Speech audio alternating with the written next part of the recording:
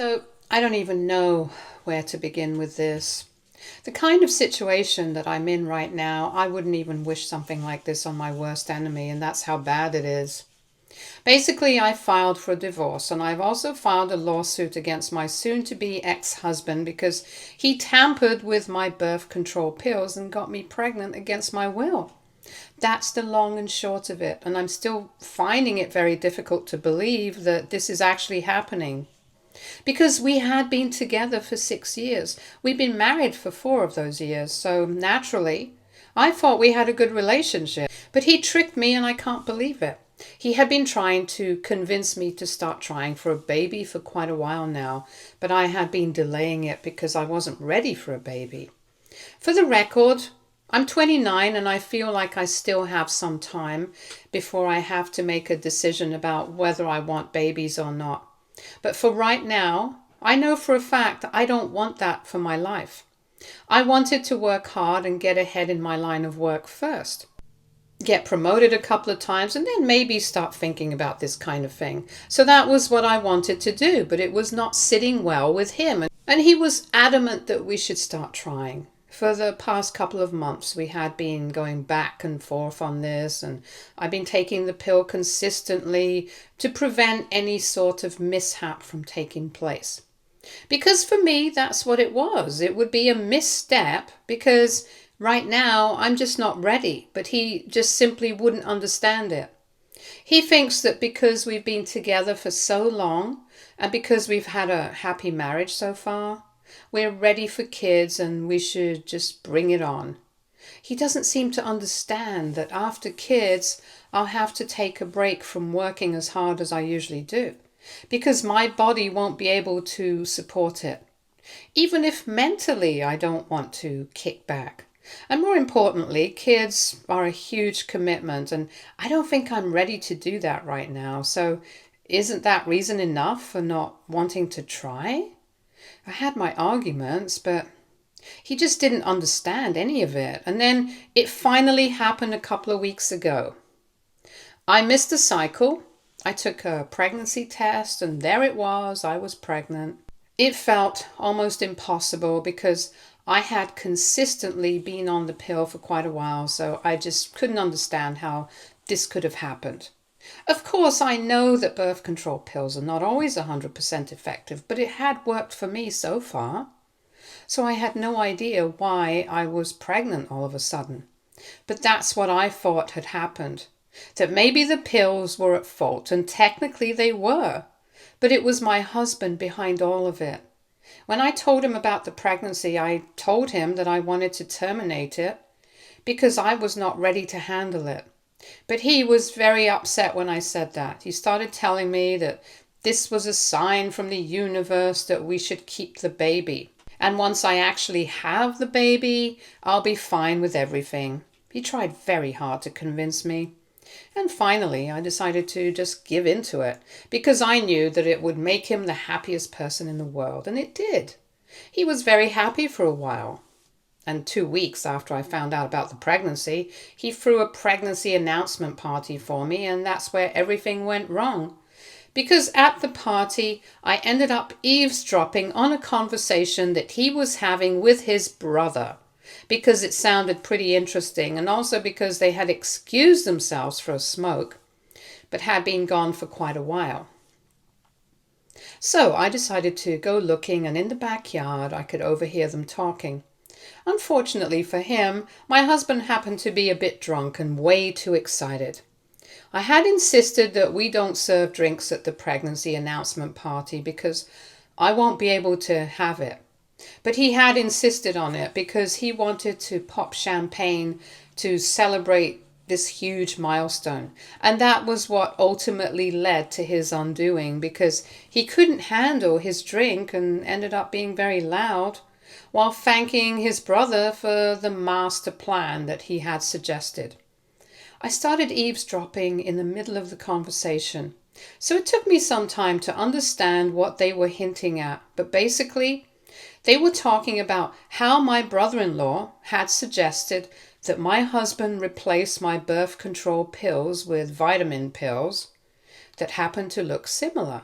and I won't even notice the difference. And eventually, at some point, I'll get pregnant, and then he just has to convince me to keep it, which will be a piece of cake. Because he can just manipulate me by telling me how happy it would make him, and how it's a sign from the world, because apparently women are suckers for things like that. His words, not mine.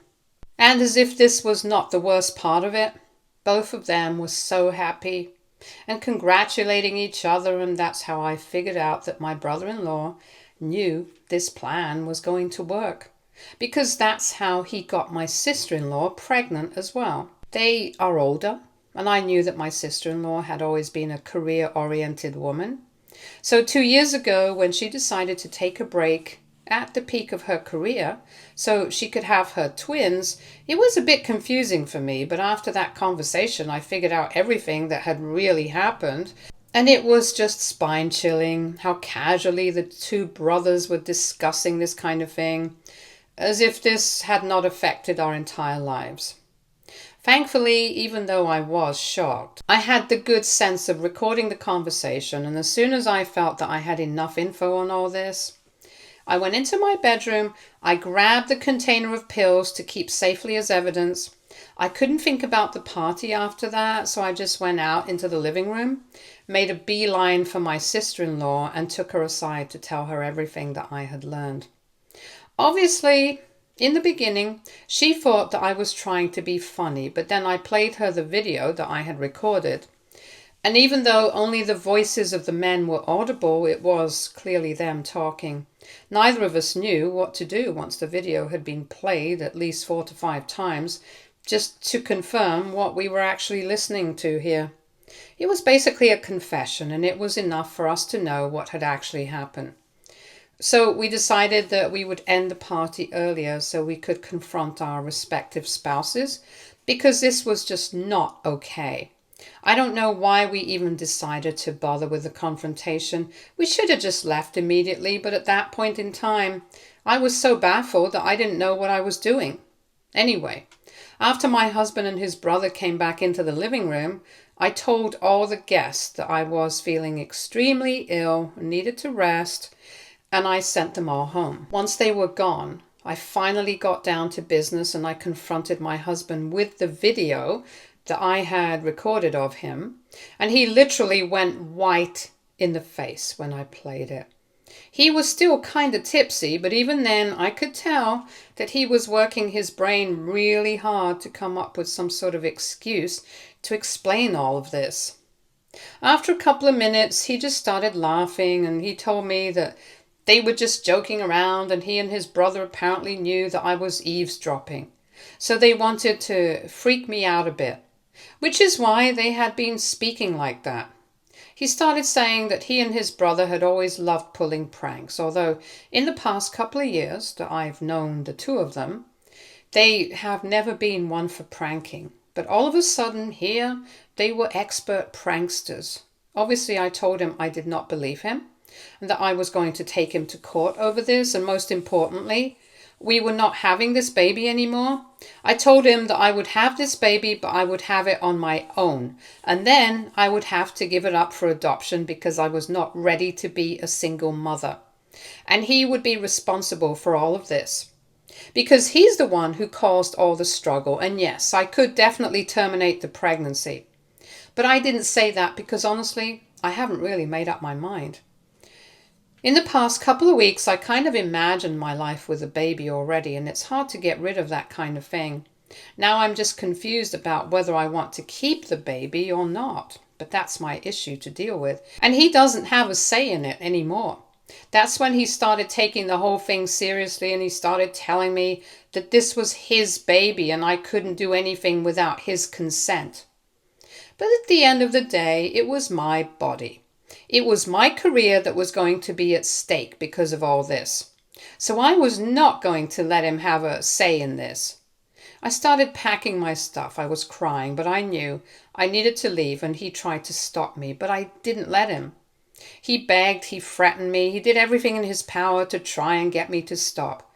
But I just got into my car and I drove to my parents' place. I explained everything to them, and they told me that they would handle all the stuff with their attorney, so I would be able to file for a divorce and a lawsuit against my husband as soon as possible. They also told me that they would speak to adoption agencies, explain my situation to them, and see how it goes. However, it's a fact that I'm sure that I can't give up the baby for adoption until then, unless I have full parental control and rights. I was very grateful that I'm still in the early stages and it's possible for me to think about what my choice is going to be. Otherwise, I would get stuck with the baby I didn't even want in the first place. And that would be bad for all of us. Of course, I do feel bad about all of it, but it has been made worse by the fact that my in-laws and my husband have left no stone unturned to make me feel even more guilty. It's been a couple of weeks since I made the decision to get a divorce and file a lawsuit, and the legal proceedings are in full swing right now. My husband is looking at charges of fraud and battery and has narrowly escaped essay charges in this situation, thanks to our state laws. And it's the same with my brother-in-law as well. He's also about to go through a divorce, and even worse, he's about to lose custody of his children along with the criminal charges. They are also liable to pay us for punitive damages and causing emotional distress intentionally in case we win. But my husband is not worried about any of this. The only reason he's been trying to contact me relentlessly is because he wants me to rethink my decision of putting the baby up for adoption. He keeps saying that this is his baby as well, and he has the right to be a part of the decision-making process. And even if I decide to put it up for adoption and not to keep it, I can at least let him have the baby after it's born. But the thing is, I don't have any clue what I really want to do. I haven't made up my mind. But I have decided already that even if I do give the baby up for adoption after the birth, I'm going to make sure that it doesn't go to him. And I'm going to try my best to get full custody of my unborn child because I got pregnant without my consent. But I'm sure not going to let anything of that sort happen in the future, because from now on, every decision is going to be mine, not his. I just wanted to know, AITA for wanting to keep my baby away from its biological father? Edit. Hi. I know a lot of things must be confusing because of my outlook, but I don't really know how to explain it.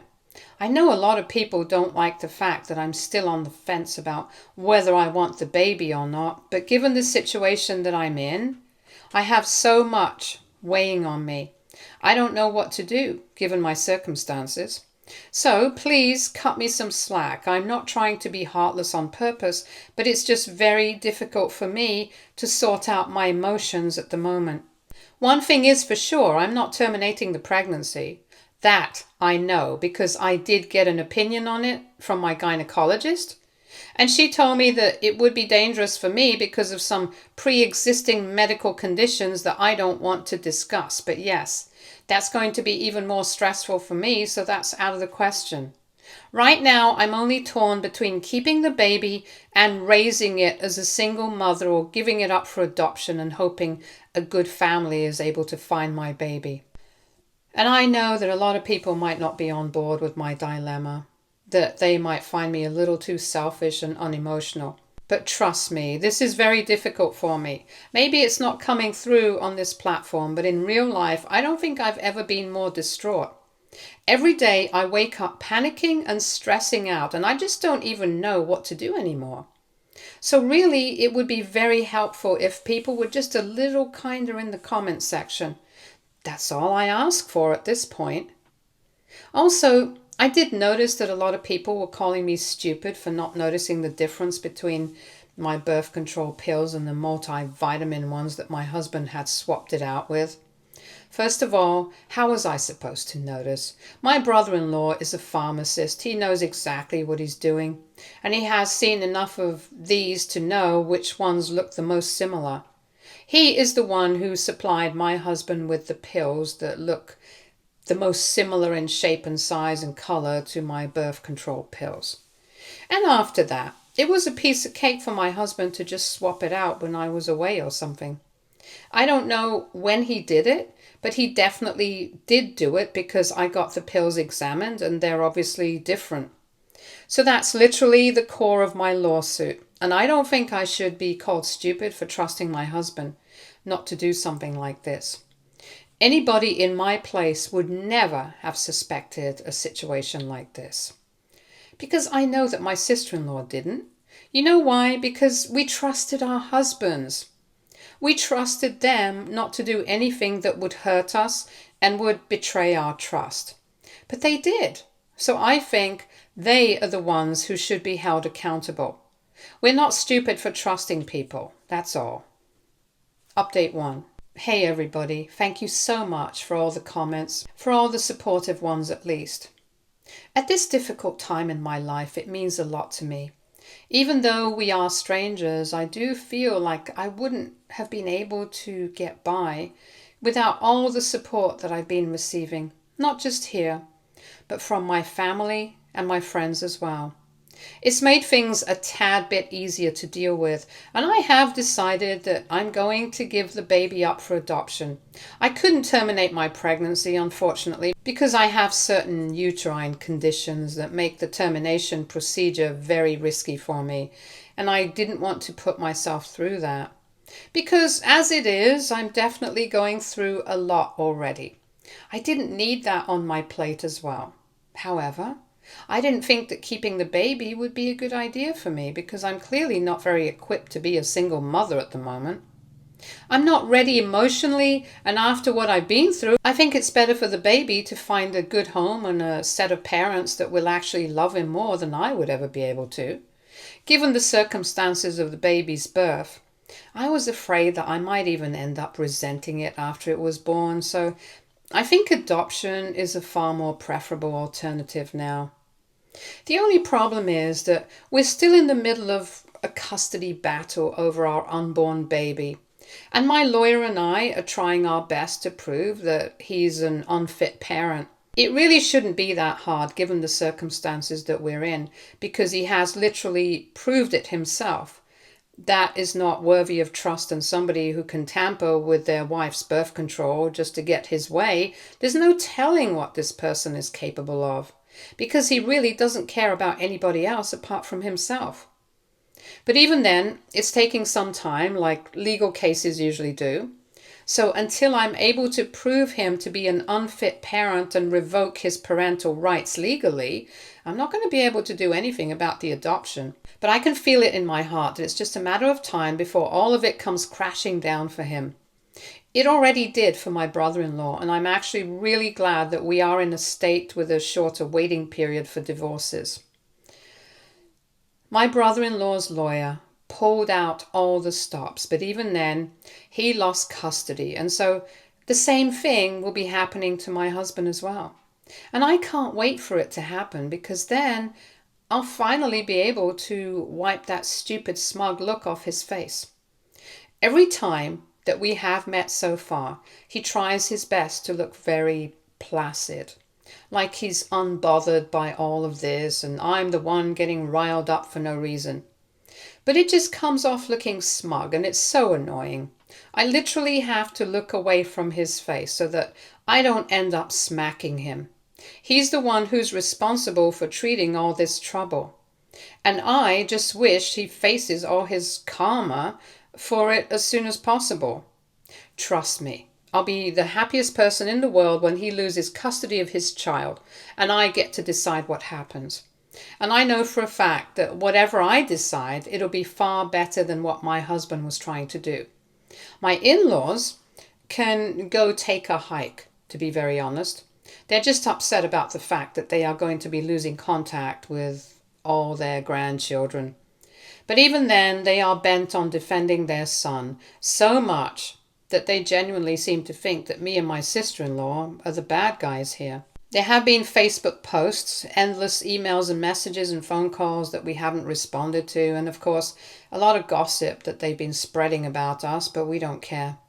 My sister-in-law and I know that what we're doing is the right thing to do, that these monsters who knocked us up without our prior consent don't deserve to be around our children, and neither do the people defending them. And I said what I said. Update 2. Hey, so it's been a month and 3 weeks since my last update, and I've been pretty busy, so I haven't been able to post anything here. But so much has happened in the past couple of weeks, I don't even know where to begin. Anyway, first off, I would like to say I'm very thankful to everybody for all the support that I've been receiving. It's been overwhelming, and I really appreciate it. A lot of you have been very invested in my story, and I really appreciate that as well. The fact that I know I'm cared for, even by strangers on the internet, means a lot to me. Now, coming to the facts, my husband and I are going to be officially divorced in a couple of weeks. It's just the last few legal formalities that are left to be completed, but apart from that, it's pretty much confirmed now. And as for the charges against him, he's going to be facing 3 months in prison for that and has to compensate me by coughing up a pretty huge sum.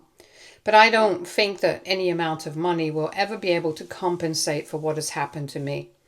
Emotionally and physically, what I've been through in the past couple of weeks, I would really not wish it on anybody else. Like I said, I wouldn't wish it on my worst enemy either. Because it's been really, really difficult, and I don't know how I got through it, but I did. I'm very thankful that I have such a strong support system, standing by my side all through it. My parents and my friends and my sister-in-law who could really empathize with me because she knew exactly what was going on since she was going through the same thing. And of course, all the people here who not only commented but also reached out to me. And I'm very happy that the judiciary ruled in my favor because honestly, I had been expecting things to be a little more difficult given the way people think nowadays. However, I'm glad I got to stand up for myself and people stood up for me as well. I can't wait until my husband is behind us. I really can't. He's still fighting it, but I know he's going to end up behind bars even if it's just for 3 months. If it were up to me, I would put him behind bars for much longer, but it's not up to me, so I have to make do with whatever's going on. And now, I know that most of you guys want to know what happened with the baby, what my decision is regarding all this stuff. But unfortunately, I don't think I have good news to share on that front. It's been very difficult for me to come to terms with it myself, but I've had to do it because there's no getting around it. So the reason I haven't mentioned anything about the baby so far and have been beating about the bush is because I lost the baby in a miscarriage 2 weeks ago. That's actually what put an end to the whole debate and custody battle surrounding the baby because there was just no point anymore. I was in the hospital for a couple of days and I was emotionally devastated. I didn't even know what to feel because on one hand, I was relieved that this fight was finally over and I wouldn't have to worry about the future anymore because it's a huge responsibility to be held accountable for a child's future. I mean, kudos to people who manage to be good parents all around the world. It's not easy. I was barely even a parent, and the fact I was responsible for another person, for a little human being, it just freaked me out. And I guess that's what led to the miscarriage, because apparently, due to my state of constant emotional distress, I had pushed myself too hard, and that's how we ended up here. But relief was just a very small part of it because for the most part, I felt like instead of my husband's, it had been my world that had come crashing down all around me. It was incredibly hard for me to come to terms with it, especially when it had just happened. But then, with time, I started to realize that maybe this was for the best. Maybe there's a silver lining in everything that happens, because maybe the universe knew that I was not ready and spared me and the baby both a sad future. And I know, maybe all of this is wishful thinking, and maybe I'm just trying to cover up my misery by saying all this, but I don't care.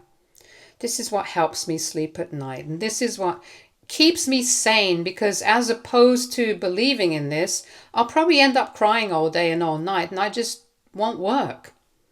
Anyway, my husband obviously blamed me for all of it and said that I had probably caused a miscarriage on purpose, just so that I wouldn't have to deal with this trouble anymore. It was hurtful and it was a pretty chaotic situation in the court scenario, but he got in trouble for it and I went home early. So like I said, silver lining. But yeah, things have been very traumatizing for me. And I'm just looking forward to a better future now because I'm hoping I'm able to move past all of this and start again. I really need that hope, so I would like for everyone to pray for me. And again, thank you so much for all the support. Update. Hey everybody, so it's been 2 years since my last update and boy, I can't believe how much my life has changed since then. I've completely moved on. Have been in therapy and I've made an active effort to change my life. It was hard, but I decided to move cities because it was more painful to stay on. Thankfully though, things fell in line because I was offered a promotion from my company and I would have to move. So that worked out pretty well. I go back home every alternate weekend to meet my friends and family. And everything that happened 2 years ago just seems like a distant nightmare right now. I haven't had any contact with my ex-husband or his family since the divorce came through. And I have heard that after his little stint in prison, his family decided to relocate as well. Might as well, because everybody knew what had happened and nobody wanted to be around them at all. So I guess he's in some other place now, lurking and trying to trap some other woman. Anyway, it doesn't matter now. I'm happy with my life and I just hope that I never come across him ever again. As for my sister-in-law, she and I have kept in touch and she's raising her children on her own with the help from her family, and I meet her occasionally when I go back home. The kids are lovely. And I'm very glad that in spite of everything that happened, we are both doing well for ourselves in our respective lives. And once again, thank you to everyone here. Stay tuned for more stories from our girl relationships.